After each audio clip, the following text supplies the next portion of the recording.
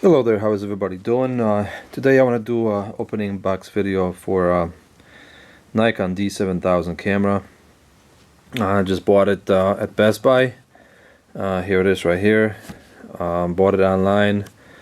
This camera is currently kind of hard to get because of problems in Thailand due to flooding, and Nikon factory has been shut down for a while.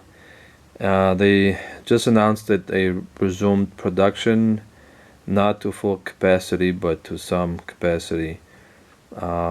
This camera became available all of a sudden at bestbuy.com, not at any stores but online, and it was up for about a day, and I guess it was sold out. I waited for about a week and I finally got it, so I'm gonna open the box.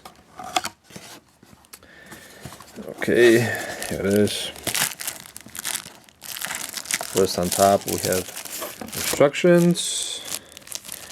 Quite a big book here. 2 books, English and maybe Spanish.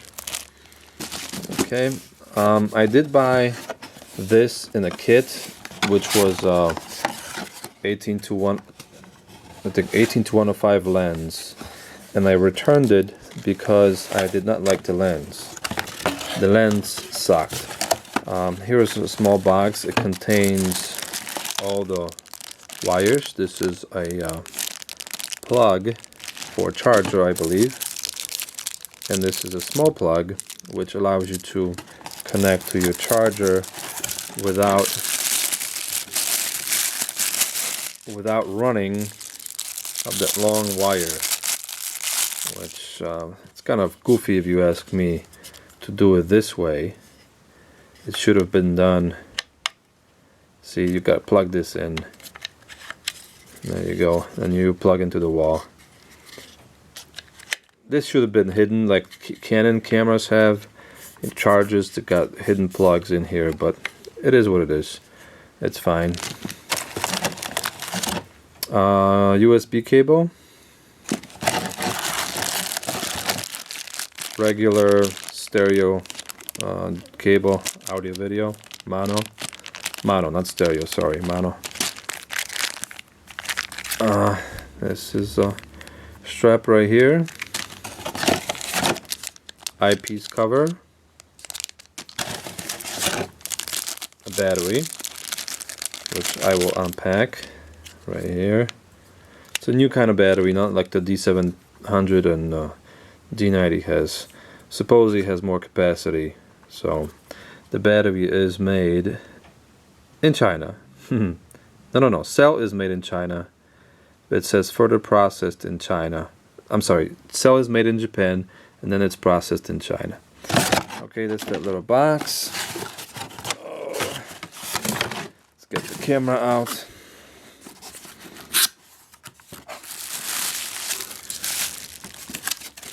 Here it is.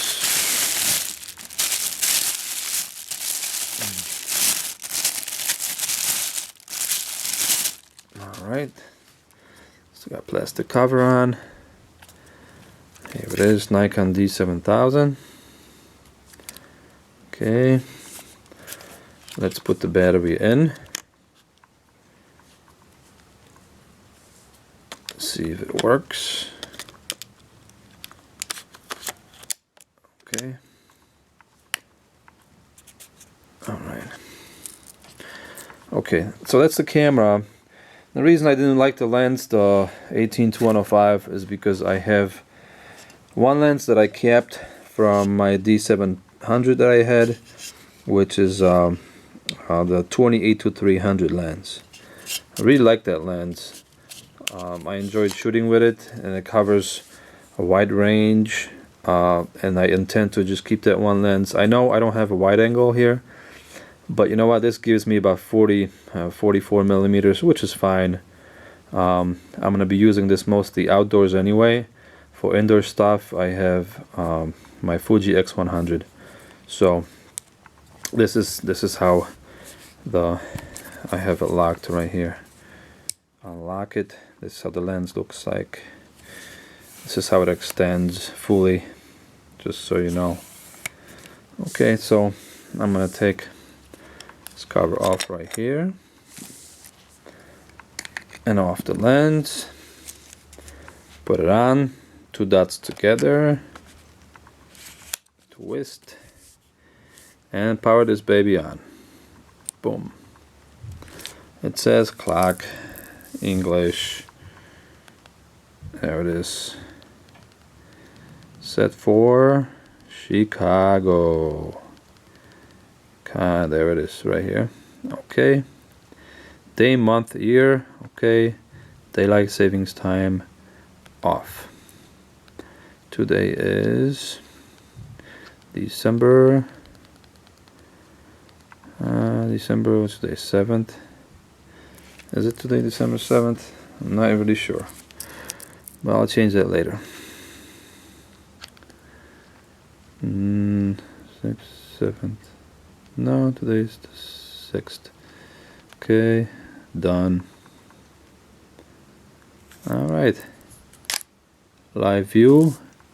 Should probably take the cap off. There it is. So that's how it looks like with the lens. It's quite large. This lens is slightly bigger than the 18-200. But the reason I went with the d7000 is because I always find myself looking, having trouble with the long distance shot. So if my son is playing ball or if something's happening, you know, I always have problems. Even with the 300 on a d700, I wasn't close enough.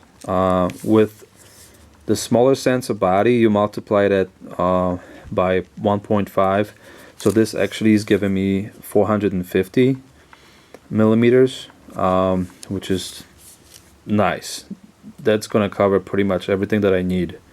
So just this lens and this body. So a combination like this, the lens runs about 1,000 and the body, as you know, about 1,200. And recently Nikon has put a stop to all these prices that are, you know, lowered quite a bit online. When you go online and you see some stores have, you know, Nikon cameras that $200 and $300 cheaper, which is cool, but most of them are not made for US, so you cannot have there's no warranty on these. So if you notice now, if you go to online stores, all Nikon prices are basically set to a certain standard, and they stay that way.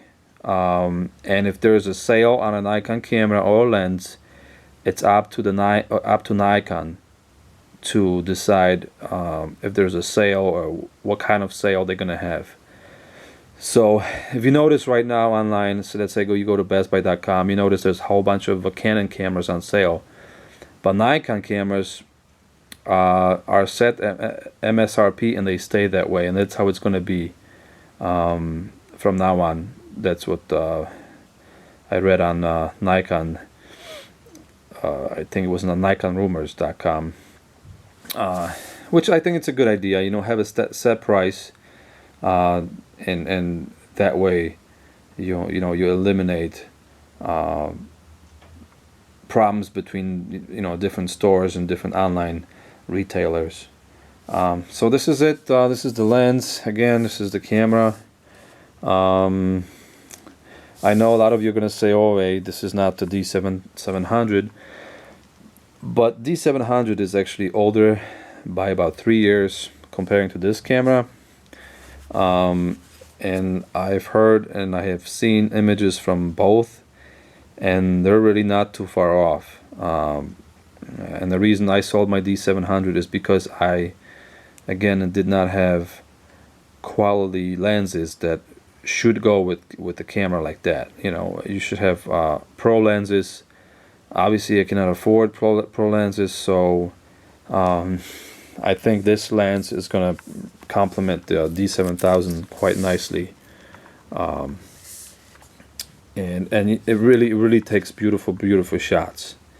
And a lot of people I read some reviews. A lot of people are saying that it's very, very close to D700 as far as the image quality.